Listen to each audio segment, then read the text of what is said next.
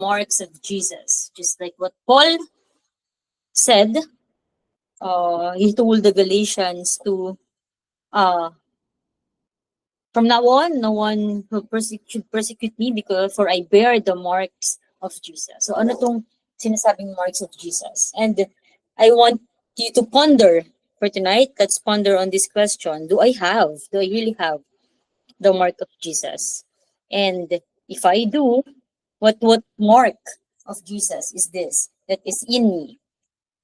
So this week we received a lot of messages online because like the headquarters church in Korea uh, took a mission trip in US and nagkaroon din ng RTS nung Monday. And then ngayon, second part nung mission home message sa US. So sobrang dami na nakaka-excite, nakakatuwa na I remember Pastor Joe saying na kahit feeling niyo pa ulit-ulit yung sinasabi, and if you guys are taking notes, even in Darakbang, this gathering natin every Wednesday, makikita niyo notes niyo, parang paulit-ulit lang yung mga sinusulat. But Pastor Joe said, but for me, it's not paulit-ulit. Because every time he's sharing the gospel, it's new to him. So I hope we can also see that. Sabi nga nung isang member namin sa church, parang nag-iba daw yung sinasabi ko. So it's like, hindi siya nag-iba yung sinasabi ko. Actually, what I was telling you even before ay pareho lang naman. But now, you are perceiving it as parang iba, parang may nagbago. It means, ikaw yung nagbago.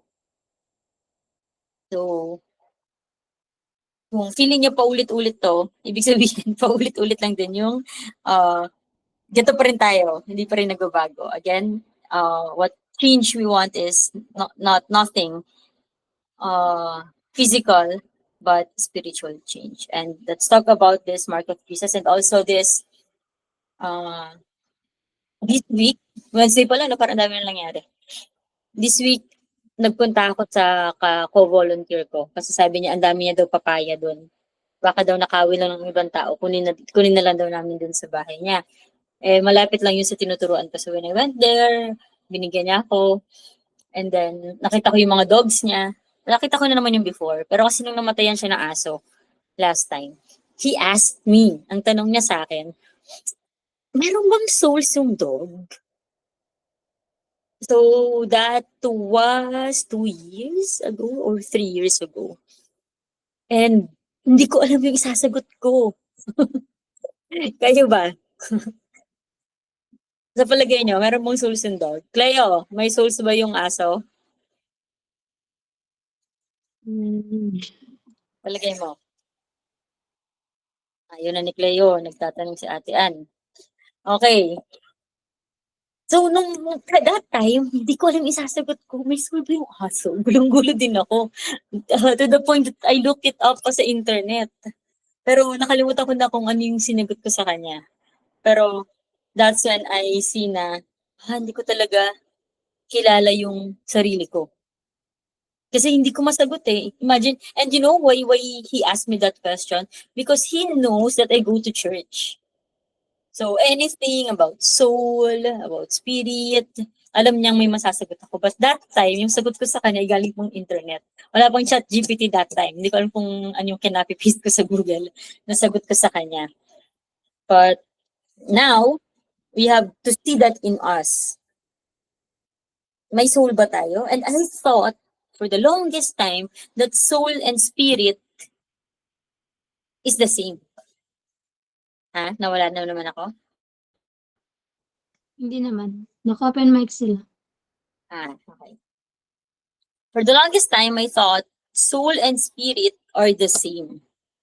So, when we were doing our ministry in Talon National High School, although naririnig ko na naman siya sa pulpit and sa mga training, but doon naging mas malinaw sa akin my identity as a spiritual being.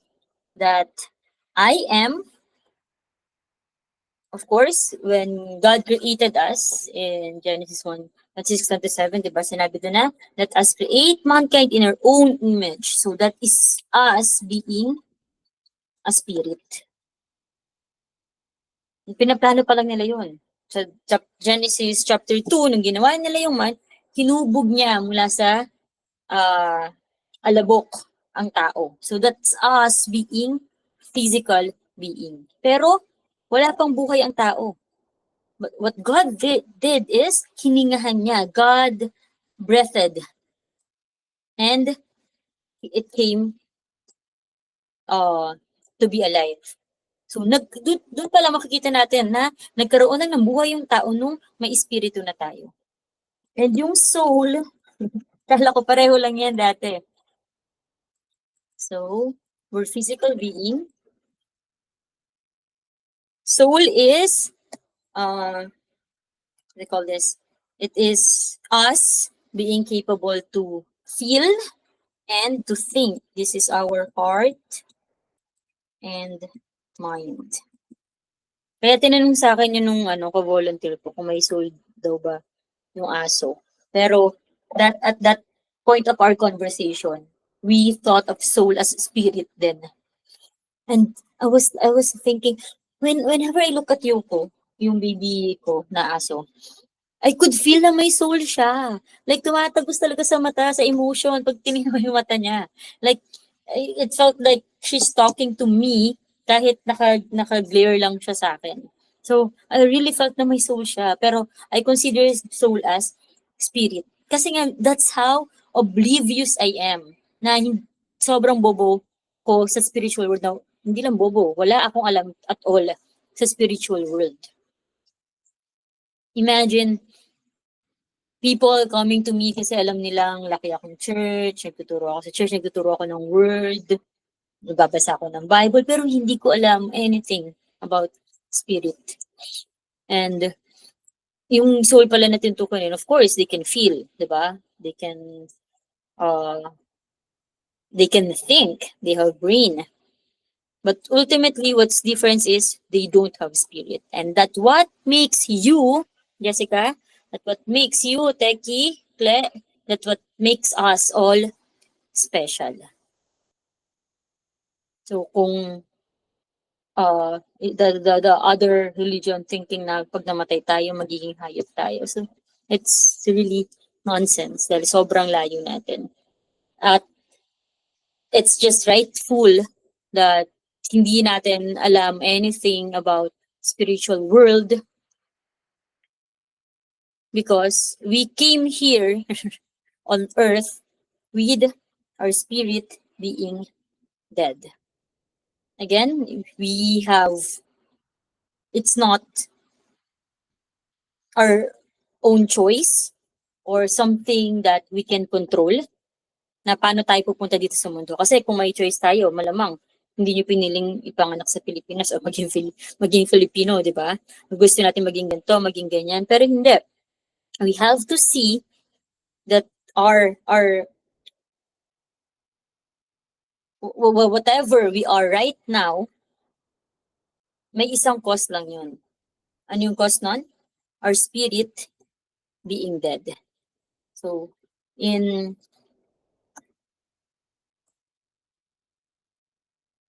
Genesis 1:26-27, God created us as spiritual being, but came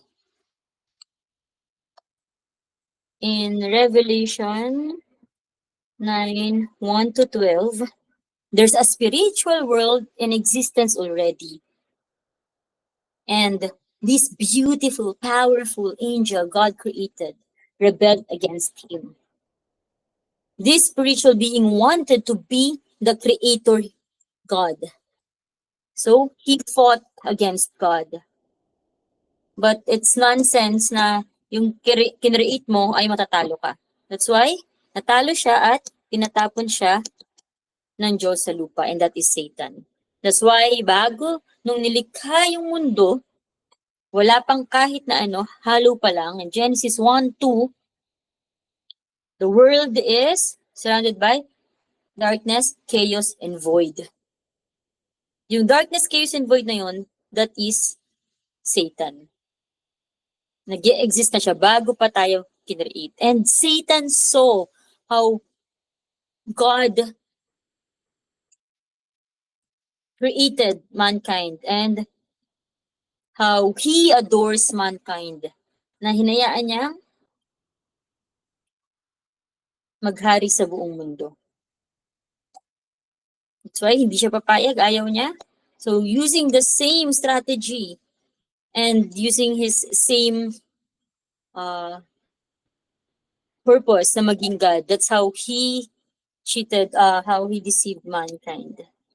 We can see in Genesis 3:1-6, the fall of mankind. Pumasok siya sa serpent and deceived mankind. Paano? You can be like God. Total opposite of what God, the covenant God made with man. Do not eat from the fruit of the knowledge of evil, or you will surely die. But Satan said, no, you will not surely die. You can be like God. Doon nakita natin medyo mahaba yung conversation, hindi agad nagpa-deceive yung tao. But it's not because ayaw niya talaga, but actually gusto rin makasaligan ng tao. Eve saw the fruit being so desirable. That's why she ate it. Again, sin comes to human. When the moment we don't believe in God. That's the sin, kaya ang tawag yan, sin of unbelief. Not because they ate it, but because they don't believe in the word of God. So this is not just even Adam. We have to see it in ourselves. Do we find God believable? Even if we say yes right now, in all our circumstances, papakita sa ng God na, no, you don't believe in me. Because if you truly believe in me, you will not do it on your own. We have to see that nothing will ever work here in this world had it not for the gospel. Nakikita mo yung sarili mo pa ulit-ulit na lang. Bakit stuck na naman ako sa ganitong sitwasyon? Not because we have problem, okay? You know what? Before I heard this gospel, I thought I have no problem. I'm living on my own. I have my own house. I can travel whole Philippines, even every month. I can do a lot of charity works. Wala akong sakit. Walang problema na physical. So I thought I'm okay. But every day, I'll wake up asking, anong purpose ng buhay ko? Lord, anong gusto mong paggawa sa akin? I'm at lost.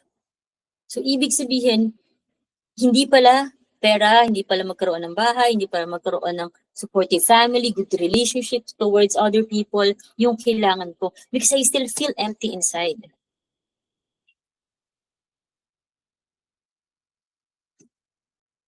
And because of that sin of unbelief, the Spirit of God in us died. Sabi nga, diba, you will surely die. Again, we're not just physical being, we're not just soul.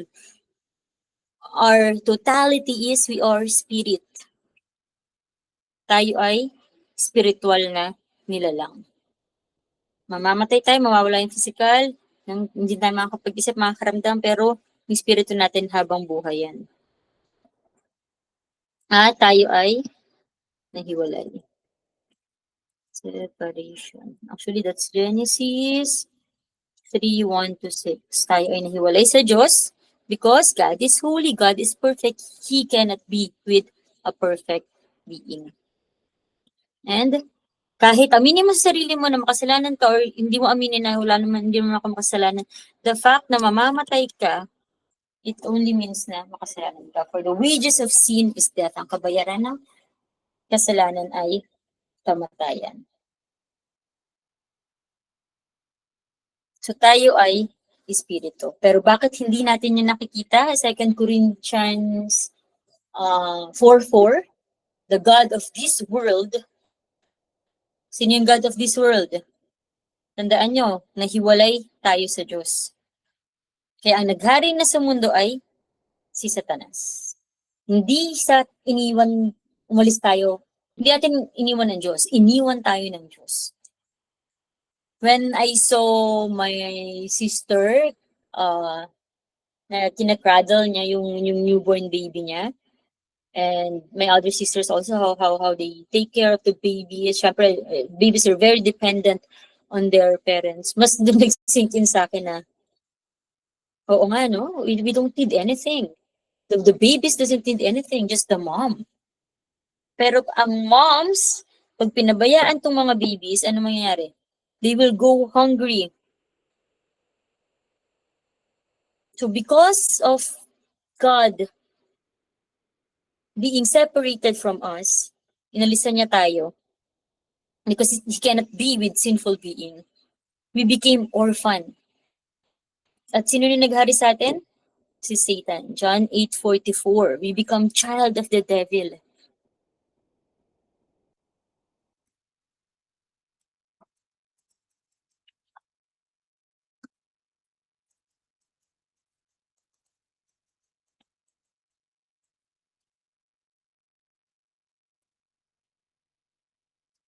Kaya makikita nyo na hindi ko naman to gusto. Bakit ko ginagawa? Alam kong hindi tama to. Pero bakit ko pa rin ginagawa? Kasi sabi sa John 8:44, ikaw ay ang anak ng iyong amang Diablo at ang kanyang nais ay iyong susundin. Bihag niya tayo. Actually, it's not that he is controlling us. But what we need to see is, gusto rin naman talaga natin. The sin Satan committed, Satan wanted to be like God. Same with Adam and Eve, they wanted to be like God. Hindi pwedeng dineceive kasi ako. Actually, ngayon nakikita ko na kahit alam kong it's Satan's deception, even alam ko kung saang door siya dumaan para ma-impluwensyahan ako and how the evil spirit are working on me, the evil spirits, nakita ko sarili ko na, no, I still choose to do what I want and to follow Satan. Pero, Ate Ann, di ba tinanggap na naman namin si Christ? But, why is it, di ba tinapos niya na yung mga spiritual problem na yan when we accepted Christ? Pero bakit nandito pa rin kami sa gantong estado?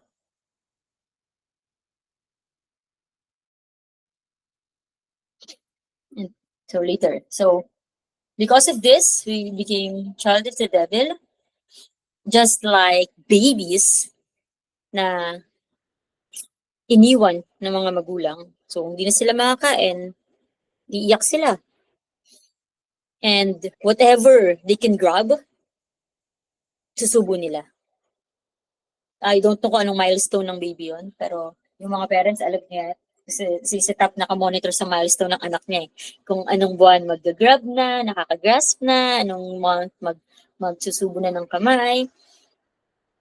So, dadating sa point na kahit anong i-grab niyang mga bata, is isusubo nila. Just like us. Because our spirit is dead, the Spirit of God in us is the only way for us to know God, will grab hold of anything na pwedeng maging God. Because that is an evidence na spiritual being talaga tayo. Na nangungulila, na gustong bumalik sa ating Ama. But, wala tayong magagawa. That's why we go to church, that's why we read the Bible, that's why we try to do good things. Bakit? Kasi ang sama ng mga nangyayari sa akin sa buhay eh. Pag nagpakabait ako, di ba? That's what we call good karma. So I think I have to do something good para maganda rin yung balik. Bakit? Mabait naman kayo, di ba? May naragabyado ba kayo? Pero bakit pa rin natin nararanasan yung mga hindi magandang bagay? Sabi ko, I'm doing a lot of charity works. I'm doing a lot of services for the church, my whole family. Pero, bakit yung tatay ko, mainitin yung ulo? Bakit my mom, hindi maalis yung kanyang pagsusugal?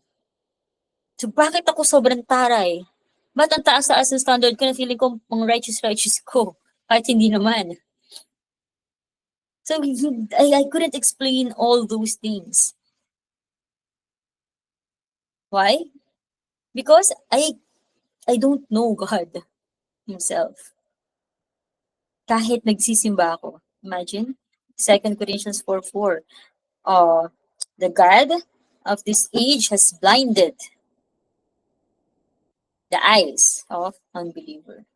Yeah, ganun tayo piniringan ni Satanas. And so we do idol worship.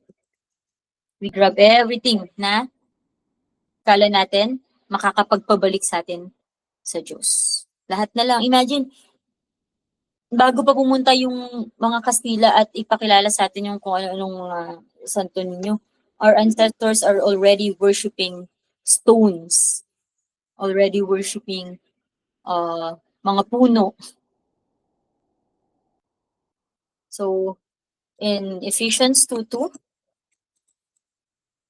sabi dito, sinusunod ninyo noon ang masamang takbo ng mundong ito at napailalim kayo sa pinuno ng mga kapangyarihan sa impapawid.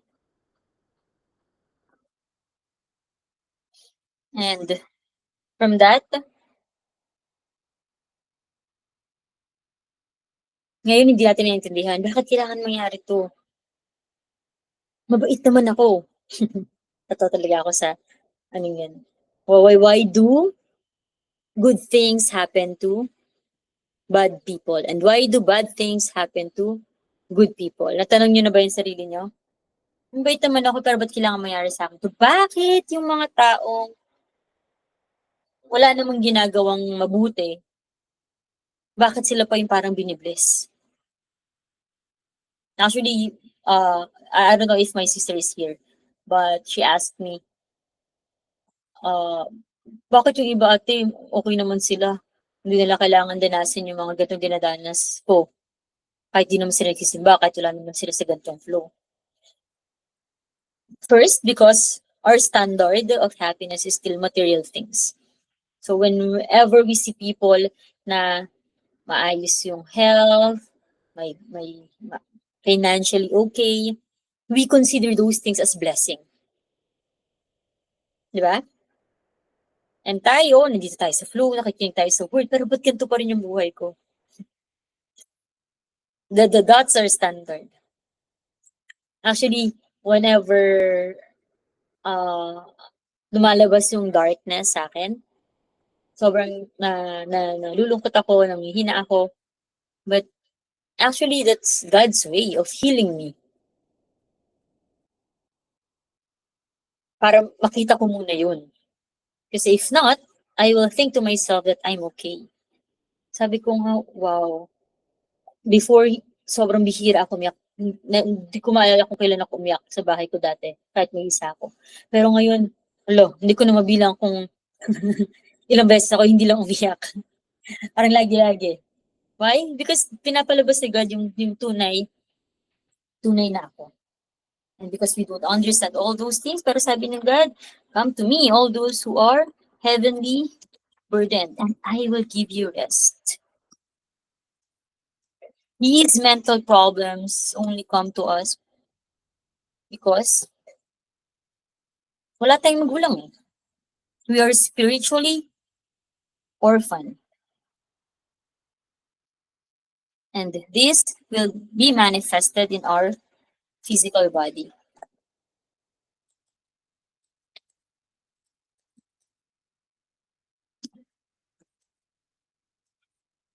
Physical.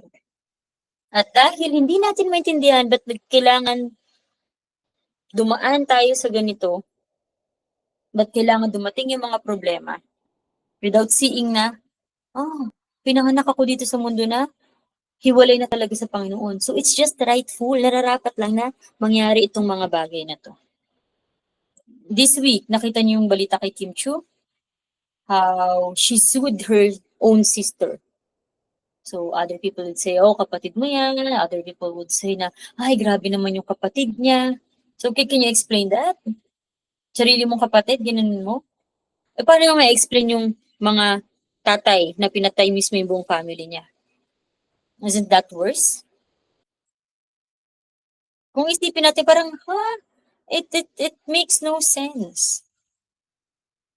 It makes no sense because we're spiritually blind. We can't see Satan sa background nun. Kasi, we don't know ourselves. Isipin mo, yung kuya ko, hindi, sobrang bait niyan. Hindi kilala ko yan. Oh, sabi rin ng sister ko dun sa best friend niya. Kasi nung una na sinasabi niya, oh, ate, I will hire my best friend, dito siya titira, ganyan. Sabi ko, are you sure? Di ba ginawa mo niyan dati? It didn't work naman. Sabi, hindi, iba tong kaibigan ko, mabait to, ganyan. Sabi ko, huy, ano ka ba? That's only what you can see. We have to see all people with this spiritual problem. That our background is Satan. Kaya nga tayo nagtataka, di ba mabait naman itong tao, ito ba't niya nagawa? Because you don't know yourself. Nabait ka naman, di ba? O ba't minsan naiisip mo itong mga ganyang bagay? Nasa physical ako ba? Ba't ako napunta din? Kasi nga, because you can't explain why things happen, why people have to do what they have to do. Kaya gusto natin magpakamatay na lang. Sabi sa Hebrews na 9:27 to 28.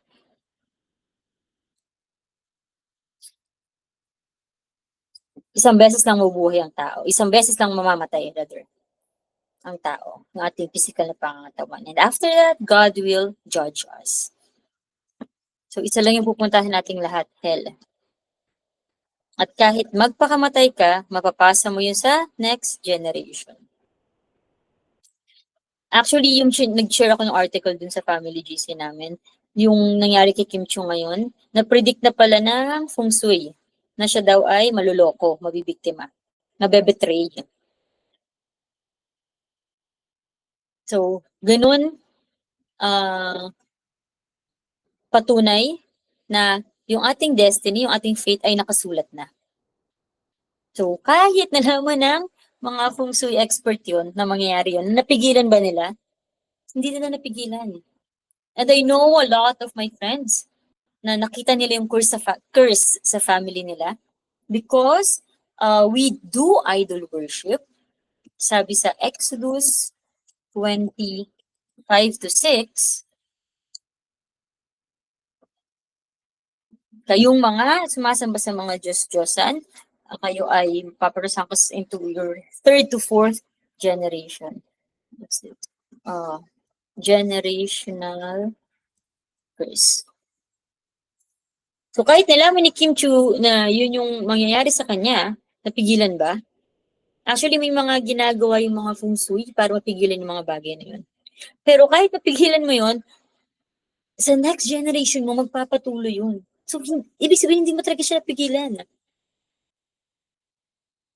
So ngayon, marami akong friends na nakikita ko how they're trying to stop the curse because nakita na nila yung curse eh. So ngayon, nag-aantay na lang ako na lumabas yun sa mga anak-anak nila. Kala nila napigilan na nila. That's how much we're not aware of this spiritual world. So, kala mo, magagawa mo, magtrabaho ka lang ng maigi, magpakabait ka lang. Pero if God really wants you or have a plan for you to understand the salvation that we receive, He will make us understand through circumstances. So these are the states of non-believer. Na kahit believer na tayo, tinanggap na natin si Kristo, all this sinolve ng Messiah as a true prophet, true king, and true priest, the Christ in us, the mark of Jesus in us. Nakikita niyo ba? Do you have the mark of Jesus? Balik tayo dun sa spirit. So, dalawa lang yan. Again, kahit tinanggap na natin, yung estado natin ay ganito pa rin. Parang nagpakasal ka, pero hindi naman kayo magkasama. Hindi nyo ginagawa yung mga ginagawa ng mag-asawa. To raise a family, to be together. So, yung status mo, parang single ka pa rin. So, parang ganito to. Kahit ligtas na ako, my fundamental problems are already solved by Christ, but I'm still in this state. At hindi pa rin tayo nakakawala sa ating background faith at habitual faith, yung mga paulit-ulit na nangyayari. So, yung spiritual state natin ay may dalawang klase. It's either we have Satan or Christ.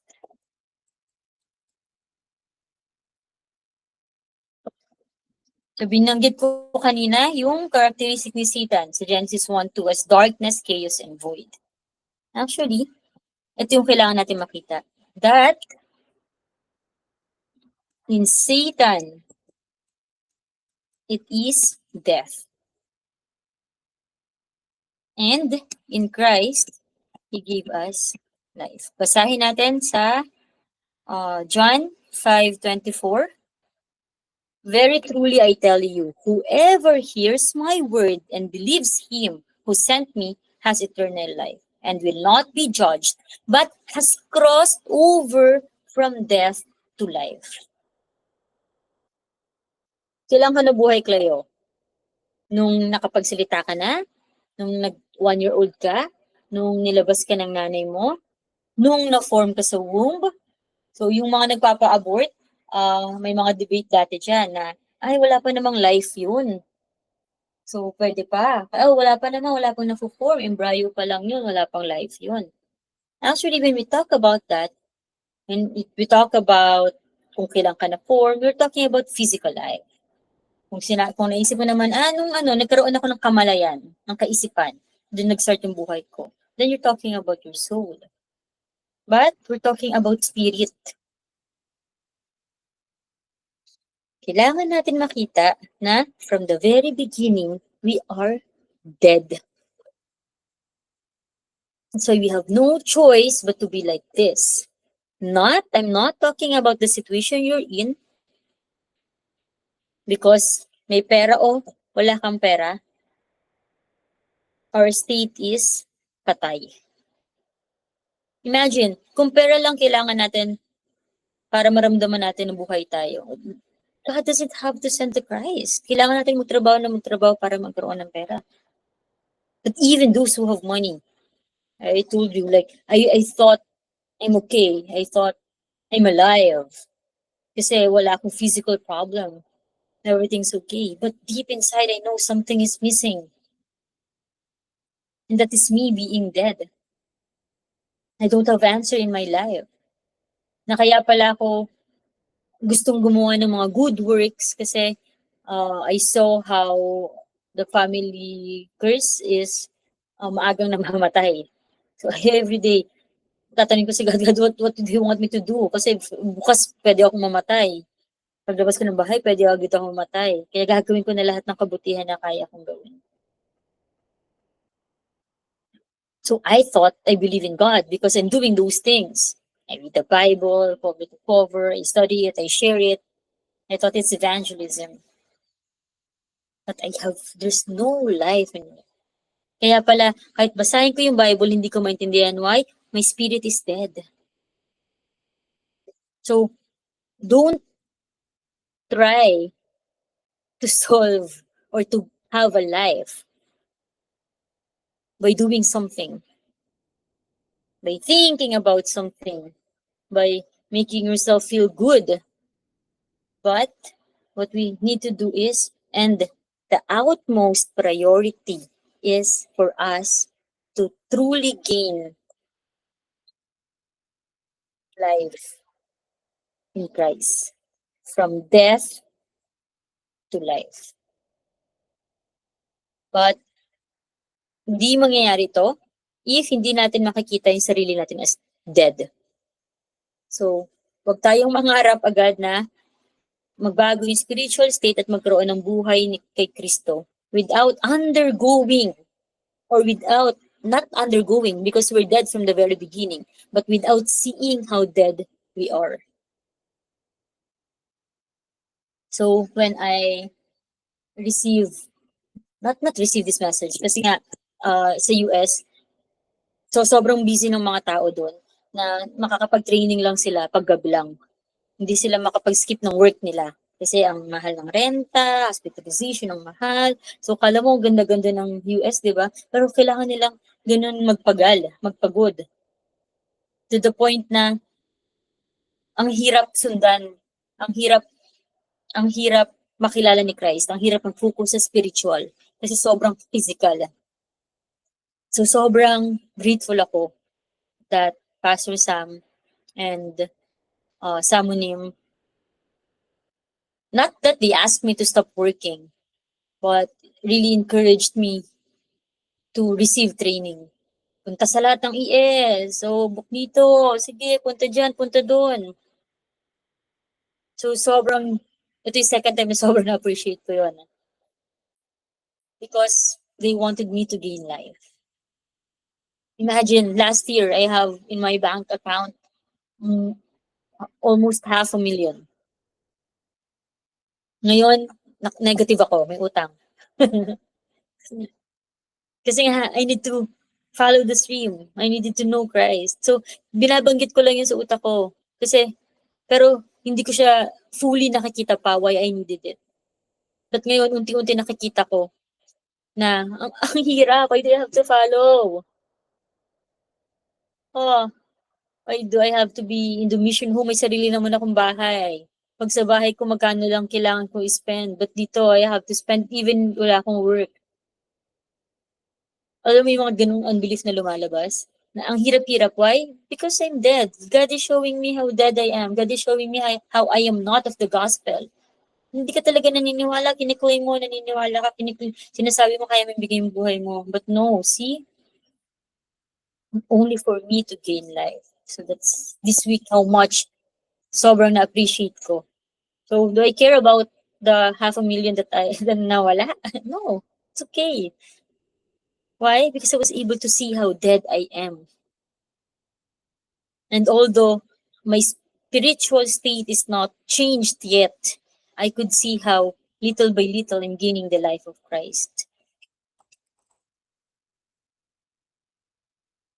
And that life is the mark of Jesus. I hope through this worship, kahit sabihin nating knowledge pa lang, is makita natin or we can ponder on this question. Do I truly have this mark of Jesus in me? Do I truly have the life that Christ, that God gave to me through Christ Jesus? So it is just rightful to see ourselves in darkness, chaos, and void. Actually, seeing yourself, it's a huge blessing already. And that's how much God wants you to receive life in Him. Let us pray. Lord Father in heaven, we thank you for giving us this time na although we should be resting na after a full day job, but you continue to show us na we're not just physical being na nagtatrabaho. But thank you for your word. May you help us realize how nothing in this world will work had it not for the gospel. Help us to see that we're dead from the very beginning. But You gave us Christ, although we did not do anything, and we cannot do anything good. But through Christ, you made us righteous. May we truly bear this mark of Jesus in us and see why we needed this mark of Jesus. It's not because of our circumstances, but because we're dead from the very beginning, and see how Satan's involvement caused who we are today and the things that has been happening. All this we pray in the name of Christ Jesus, our Lord and Savior.